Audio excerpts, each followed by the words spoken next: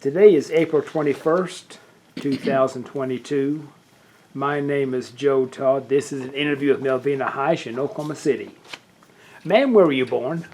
I was born Indiantown Gap Military Reservation, Pennsylvania. Was your father in the military? He was. He had been drafted into the Army about a year and a half before I was born. Okay. And when's your birthday? August 16th, 1952. 1952. Who was your father? Melvin Thurman. And your mother? Virgie Tidrick Thurman. Virgie. That's right. And what was her maiden name? Tidrick, Tidrick. Okay. When did your father get out of the military? He would have been discharged from the military in the early spring of '53. Okay. And when he was discharged, where did the family move? We moved to Garden City, Kansas, to a ranch right outside of town where he took a job as a ranch foreman. Okay. Is that where you started school? No. We only lived there I was about 2 years old. We moved back to Oklahoma to his grandmother's farm that he purchased from her in May of 1955. And where's the farm located? It's in Roger Mills County, Oklahoma, which is far west, right on the Texas line. Okay. How large was the farm? The farm, at the time he acquired it, he got about 3/4 of a section, and by the time of his death, he had consolidated, had 1,360 acres, including his father's land. Okay. When did you start school? I started in the fall of 1958. Where? Reydon, Oklahoma. Reydon, Oklahoma. And where'd you go to high school? Same place. Same place. What year did you graduate high school? 1970. 1970. Who was your favorite teacher? Oh, goodness. There were so many, but maybe Billy Dean Yowell I would have to pick. He was my history teacher and social studies teacher in high school. Mm-hmm. Why was he your favorite? He was someone that my family knew, for a long time. Plus, I liked history. I knew I liked it a lot even from grade school, but I loved how he taught us Oklahoma history, and I just enjoyed his classes. And he really encouraged me to study history. He was our class sponsor as well, so I had a lot of interaction with him inside and outside the classroom. Okay. Now, when did you first having trouble with your eyesight? Well, the condition that I have is Retnitis Pigmentosa, or RP for short, and they noticed that I had always had to get closer to things like the television, or when I was looking at books or things, I held them much closer than my brother did or any other kids around, but I don't think my parents thought a whole lot about it until after I started at school.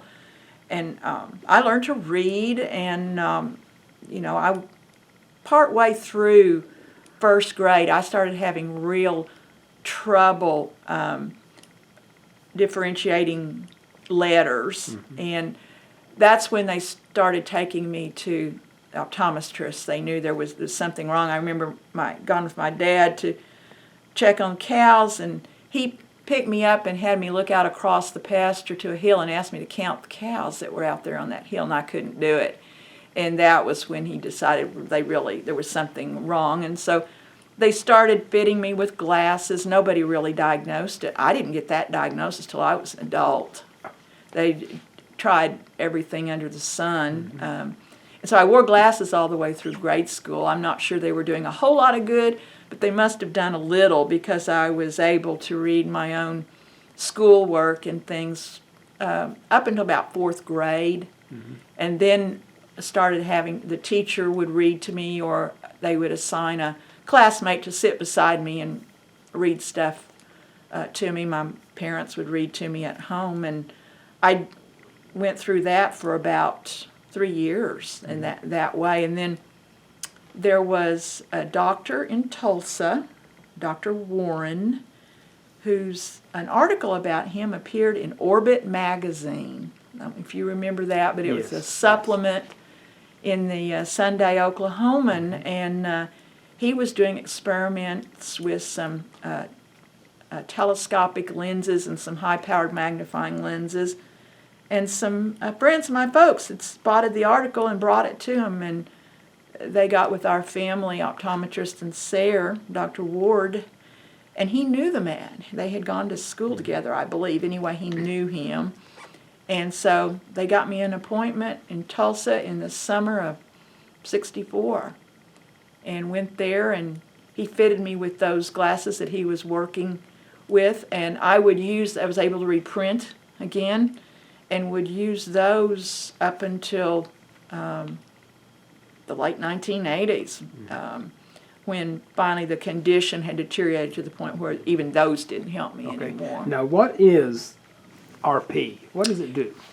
The cells of the retina deteriorate. There's no cure for it, and so the vision deteriorates, and I, of course, was never able to drive, but I learned to roller skate, rode a bike, did just about anything any other child ever learned to do. Some things I had to do differently. And now, is this hereditary? it apparently is, but I know of no one in my family with anything like that. Okay. Now, is it like macular degeneration? Is it similar, or? I don't think it has any connection at all with that. Okay. Yeah. Your peripheral vision disappears on you, and then the center vision is very foggy.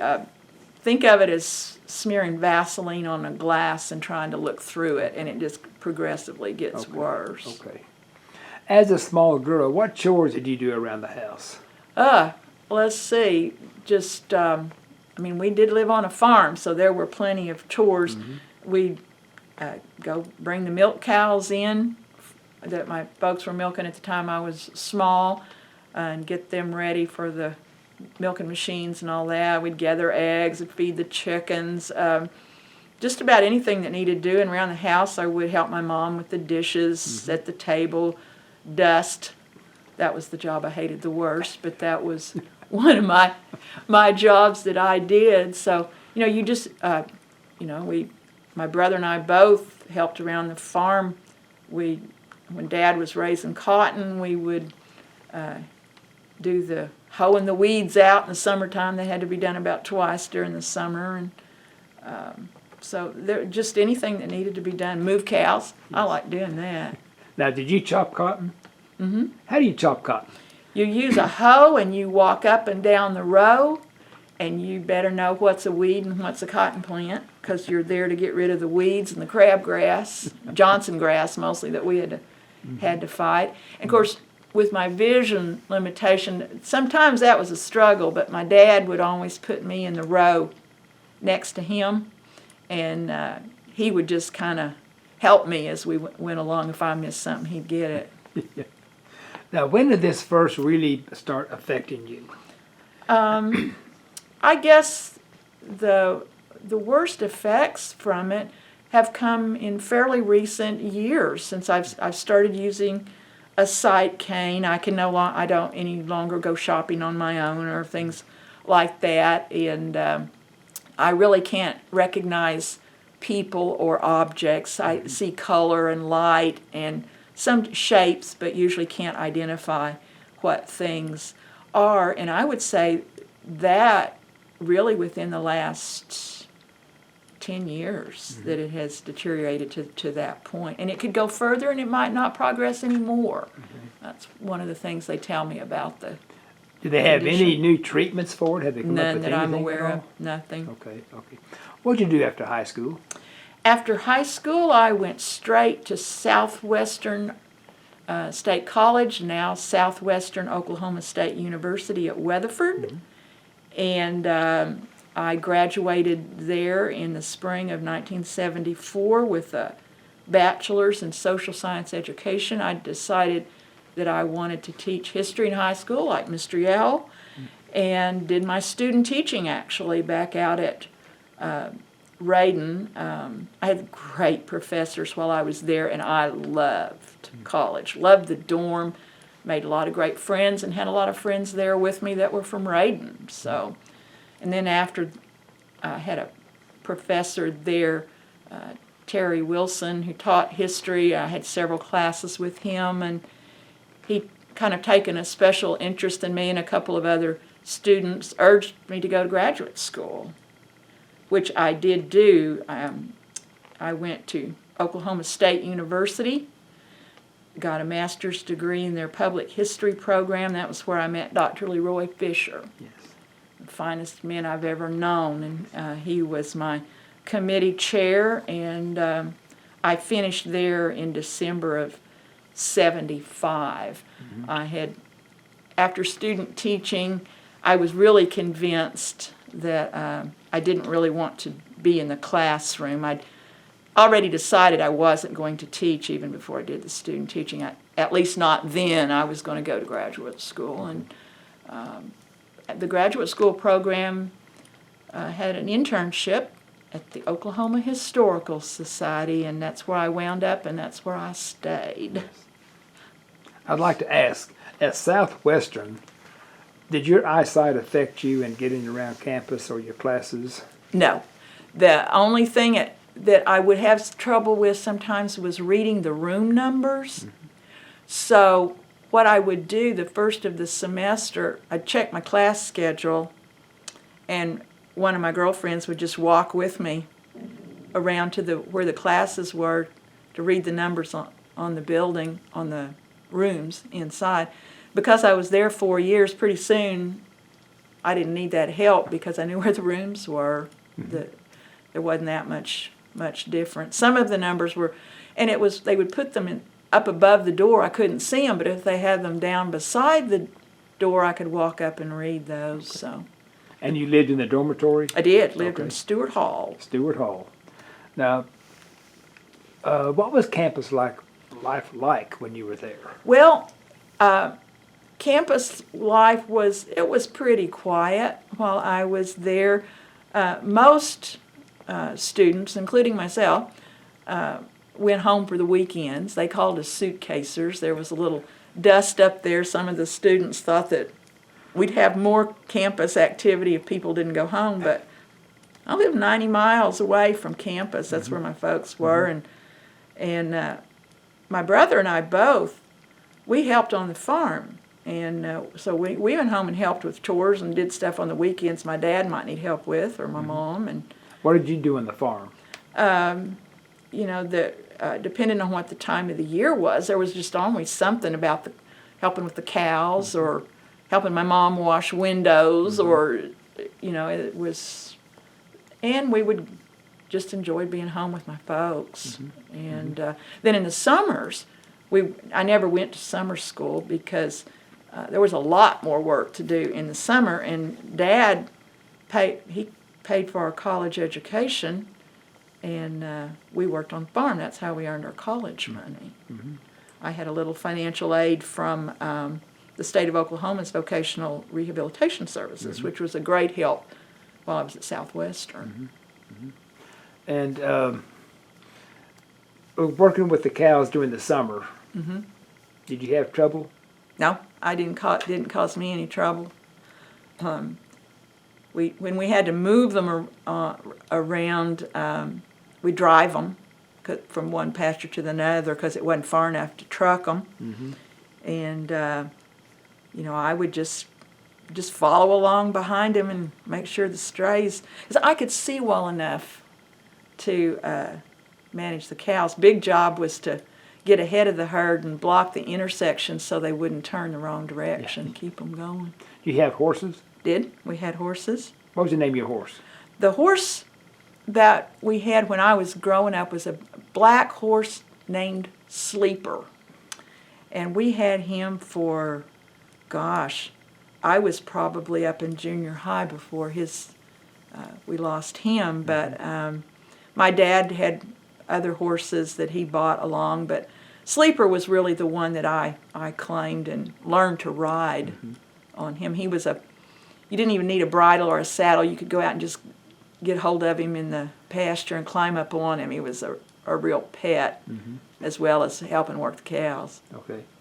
So what did you do as an intern at the Historical Society? Well, the internship program had me work in each department so that I could learn something about what the entire agency did. And I always thought that was a great advantage to me over other employees who just came to a job to work in one department. And they started me in education with Bruce Joseph was in charge at that time, and one of the things they had me help was a program called Opening Doors. Can't believe I remembered that, where they had school kids come in groups, and they would take them on tours of the museum, and they had a chest of artifacts, and we'd sit down with the kids and talk about what these artifacts were used for. Then I worked in what's now called State Museum, and a curator there named Joe Todd worked with me. I remember we lined some shelves in one of the storage vaults where they put the pottery stored. I remember doing that. I worked archives and library. I really thoroughly enjoyed the work in the archives with Martha Blaine and Charlene Akers. During that time, though,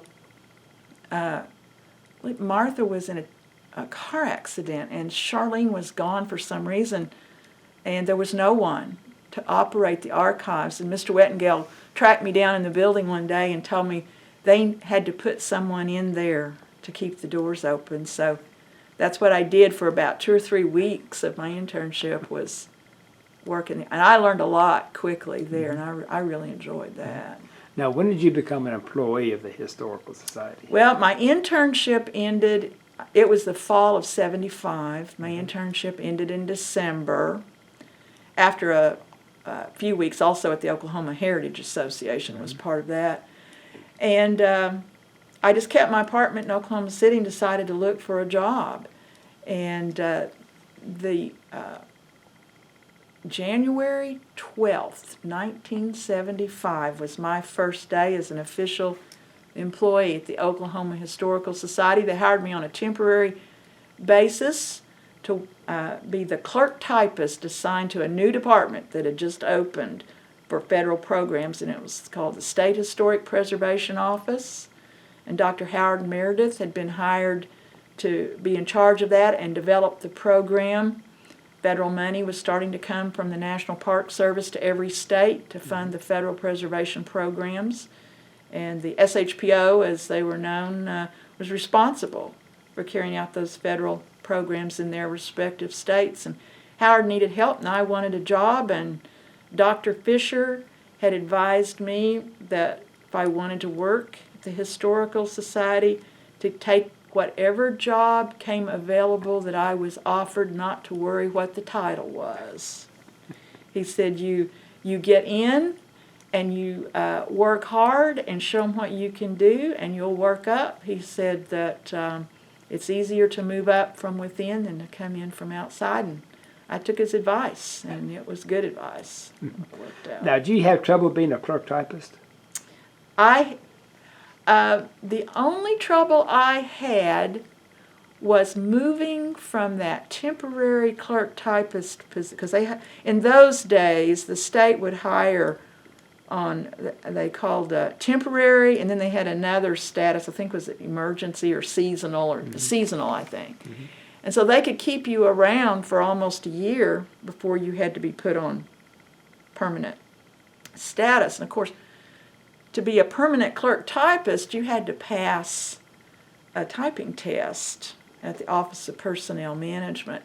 That was my only stumbling block.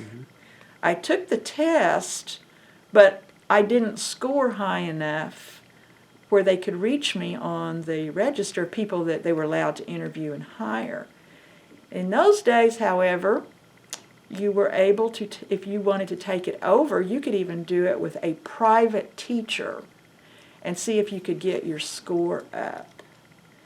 And a special friend, Ann Koval, from the museum department in the Historical Society, agreed to administer the test for me. And I was able to be in a setting where the lighting was right for me, and I could position the material that you had to type in the way I had always done in my typing class when I learned to type in junior high. Mm-hmm. And I scored really well once I was in the setting where I could actually see the copy and type. So once I passed that test and got high enough, they were able to hire me, and then I got to stay after that. But I never thought after 2 college degrees and an internship that a typing test would block employment, but that is what happened. And because of the reason the typing was such a challenge, in Reydon schools, they required all 7th graders to take Typing 1, which was actually a very brilliant strategy. But the typing stands that held the books, if anyone has never taken a typing class, they might not realize that the books are bound across the top, and you set them up in a little wooden tray that holds the book up at an angle, and you set it there, and you can just look over to the side and type. Well, because of how I had to read with my glasses, I had to put my face next to the page. Literally, my nose would almost scrape the paper. Mm-hmm. Well, to use that typing book stand, that meant I had to lean forward and across my right arm. And it was very difficult, very tiring, and I couldn't get much speed because my arm was restricted somewhat, moving my hand. Mm-hmm. And my father, who could figure out just how to solve just about any problem, and my typing teacher, Mr. Cockrell, decided there had to be a better way for me. And so my dad designed just a simple wooden frame with 3 or 4 bars spaced so that I could move the book at whatever level I needed it to be for the assignment. And they attached it to my typing table. And so that, and I could sit down, put the book over the bar, and I secured it with a huge rubber band, so that placed the book right square in front of my face. I reached under it, and I could read and type that way with my arms free. Mm-hmm. And so I had similar stands, adjusted so I could type like that from copy, if you had to type from copy. And that was the problem at the test with OPM. There wasn't anything like that. But I was able to take my own stand to the private test and was able to type. Now, how long did you work for the Historical Society? Just about 42 years. 42 years. I retired October 1st of 2017. Mm-hmm. And you retired as the director of? I was the division director. Formal title was Deputy State Historic Preservation Officer, and I ran the department on a daily basis. The actual State Historic Preservation Officer is designated by the governor in state statute, and that's the executive director of the agency. Okay. What were your duties? What did you do?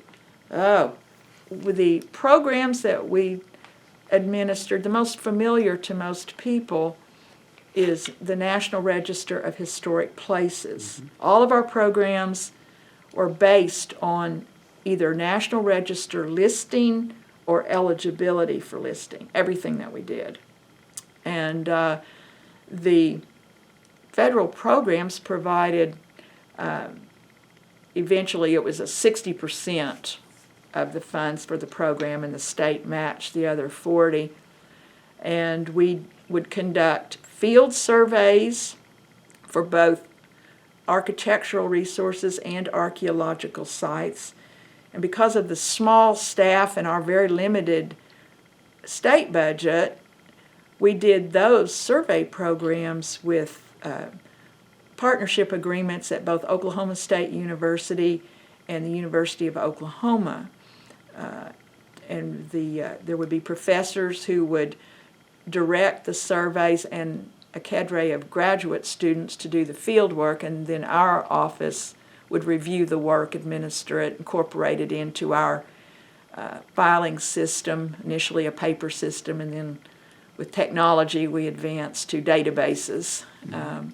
We also were responsible for reviewing all federally assisted construction actions in the state, and that would include anything that was federally funded, licensed, or permitted, and the activities ranged from highway construction and repair to public housing programs, and eventually even to installation of cellular communications towers, just anything in between. Our office would review, and then by the time I retired, we were reviewing around 3,500 federal actions a year. And then we also had a program where developers of commercial property could qualify for federal tax credits for appropriate rehabilitation of historic commercial buildings. And we assisted the National Park Service by working with the developer, reviewing the applications, getting those submitted, and then helping work out any issues that the Park Service might identify. And we did a lot of education and outreach programs as well, which, and was primarily responsible for the development and implementation of the statewide Historic Preservation Conference, and I did every one of those from the first one in 1989 till 2017 would be the last conference before I retired. So I would develop the agenda with consultation with staff and others, line up the speakers, and I love that. That was one of my favorite things that I did, were those kinds of programs. We did a lot of workshops, traveled around the state to speak to agencies and organizations that requested us for whether it was general education or technical assistance. We did a lot of that sort of thing. So it was I loved the work, I loved the people, and thoroughly enjoyed my time. Yes. I'd like to back up to Oklahoma State. Now, was campus life pretty much the same as in Southwestern at Oklahoma State? Well, I tell you, I was on campus such a short time, only 2 semesters, fall of 74, spring 75. And I lived off campus, had an apartment had a roommate, and my main campus activity that I participated in was to go to a few football games and to some basketball games. Okay. That was really about it. With being in graduate school, the time that was required for my classwork and research papers, I really didn't have a lot of time for much social life.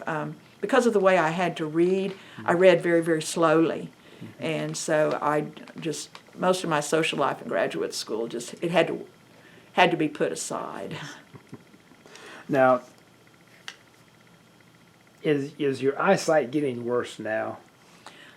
Very, very gradually. I haven't noticed any difference in it probably in the last 4 or 5 years. And like I said earlier, it may not deteriorate any further. Is there research being done on RP? I look on the internet every once in a while to see if there's anything. I've seen a few things, but mostly I've relied on my ophthalmologists to tell me if there's anything going on. There really isn't. The technology that has helped me the most is through the assistive technologies that are developed for use with computers. Opened a whole new world for me. How has this helped you? As I mentioned, reading is such a slow and painful process for me. And then as it got harder and harder, I was really concerned that I wouldn't be able to continue to work.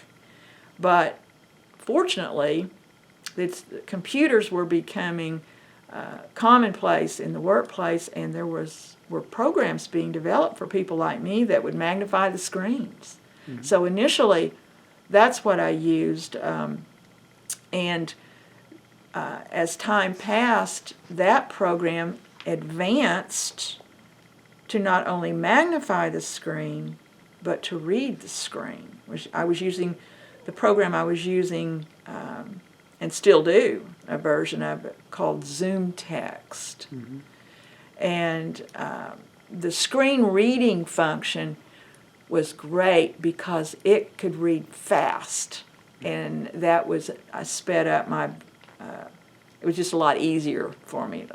I didn't have to be exhausted from the physical efforts of reading.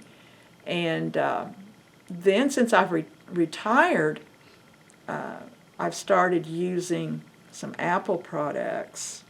The Zoom Text version I was using about the time I retired, it worked with websites, but it was awkward for me. I didn't have time to spend really learning to use it very efficiently. I had staff that took care of most of that anyway, and I sort of struggled with accessing and using websites. But the technology has continued to advance, and now the Apple products have something called VoiceOver. I'm sure there are programs with other platforms as well and other kinds of computers that are just as good, but this is the one that I started using. And the theory of the Apple company is that everybody has access and gets to use everything on the internet, regardless of your physical limitation. And it works for me anyway. So I can surf the web, I do Facebook, do anything I want to do, search the web. So and I use it for recorded books have come along and are very commonplace now. The Audible is a program from Amazon, and there are others. And so the books are read for you. And when I first started using recorded books, I would check them out from the Library for the Blind. And that worked fine, but sometimes selection was very limited in the early days. And now the use of audio books isn't just for people with vision issues or learning disabilities where they need to be read to. People play them in their cars on the way to work. And so the selection that you've got is just enormous, and anything that comes out in print, almost all of it comes out in audio form too. So that's really great for me. I love to read, and now that I can use those, it's still slower than reading print if you were normally sighted, but it's a lot faster than the way I had to read before. Yes. My glasses. Tell me about the Library for the Blind. My interactions there were really very, very, very limited. Like I said, I used some books from them, checked those out, and they were the ones that helped me find software that would work with my computer. The initial software, that's where I learned about it, was there.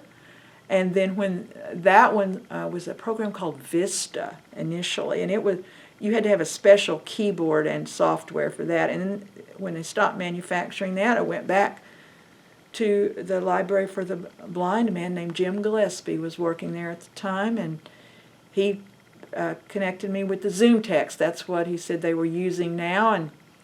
And once I had that, I was able to continue. But those basic services that they gave me early on were very important. I was wondering, the eye is such a complicated organ. Is there a possibility of transplants? I have absolutely no idea about that. I think the connections with the optic nerve make that probably not possible right now. Yeah. But that's just a question I had. Yes. You never know, though. Where'd you meet your husband? I met him at the Oklahoma Historical Society. We'd had a change in administrations in the fall of 1979, and he was hired to direct the research library. Mm-hmm. And we got acquainted and would start dating, in the spring of the following year, I guess it was. Mm-hmm. Started dating. We dated for a long time. He had moved on from the agency long before we were married. Yes. What's his name? His name is John Heisch. When did you get married? We got married on February the 25th of 1984. 1984. Mm-hmm. Mm-hmm. Is there anything else you want to talk about the RP or anything? I really can't think of too much other than to say that the Oklahoma Historical Society never made my vision an issue in any promotions. They accommodated me completely with the software programs that I needed.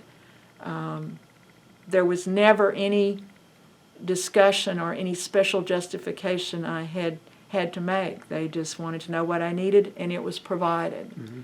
The fact that I couldn't drive wasn't an issue.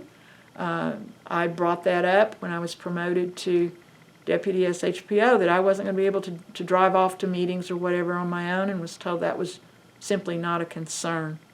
That most usually more than one person goes, and they would just make sure I had someone to drive me. Wasn't a problem. So I would want that to be noted, that the agency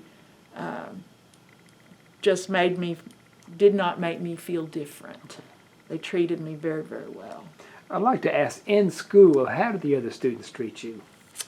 The other students, I guess it was because the problem was recognized so early, and I was in the same school, a very small school for so long. We knew everybody, and there was just never any problem. I was not taunted or teased. If kids talked about me, I didn't know about it. I had a lot of great friends. I played was on the basketball team. One of my big grade school triumphs was the first year I made the official team and got a uniform when I was in 6th grade. And the 4th, 5th, and 6th graders that was the Pee Wee team. And a lot of 4th and 5th graders didn't make the team. But of course, I didn't get to start. I'd be what you called a bench warmer. But I loved it, and I would play all the way through high school like that on the teams. So, I just didn't have problems with any of the kids. I was a very good student in school. I made really good grades, and while I might not have been the first one they chose for basketball games on the playground or whatever, I was usually the first student picked for ciphering matches, because I was really, really good at that. So, because I could write the numbers up we went to the chalkboard and wrote, and the numbers I was writing them myself, I could write them as big as I needed them, and so, it was, I just did some things a little differently than everybody else, and it was just never a problem. Okay. Tell me about Billy Danielle. Tell me about him. He was just a really, really good man. And his wife, Edith, was the 1st grade school teacher. And they were just tremendous people. Everybody in school just loved them. I wasn't fortunate enough to have Edith as my 1st grade teacher. My 1st grade teacher was a lovely lady. Margene Matledge retired. I think Edith started teaching 1st grade when my brother started at school 2 years after me, and she would teach there a long time. So most everybody who went through Reydon High School for about 40 years got started by her. So there were these really close connections to her. And then Mr. Yowell was the school principal. and was high school basketball coach as well as history teacher for many years. And he was high school basketball coach my sophomore year, and then he stepped down from those duties and took on more administrative things and teaching, and they hired a new coach to come in. But he was funny. Everybody liked him, and it was just our classrooms were a real relaxed environment, and you could tell that he loved Oklahoma history. He really enjoyed it, and he was just a nice man. And that's kind of the way all of our teachers were. There were 15 kids in my high school graduating class.